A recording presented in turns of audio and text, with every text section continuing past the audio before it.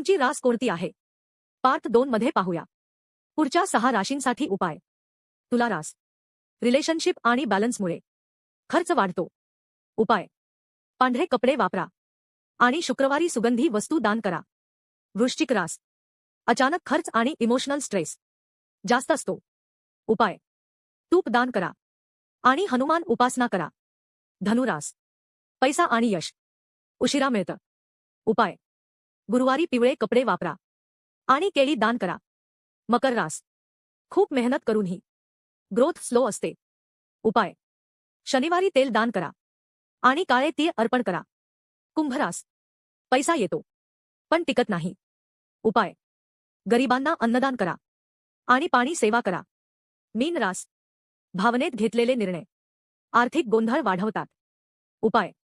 पिवळे कपडे वापरा आणि गुरु मंत्र जपा. कोणतीही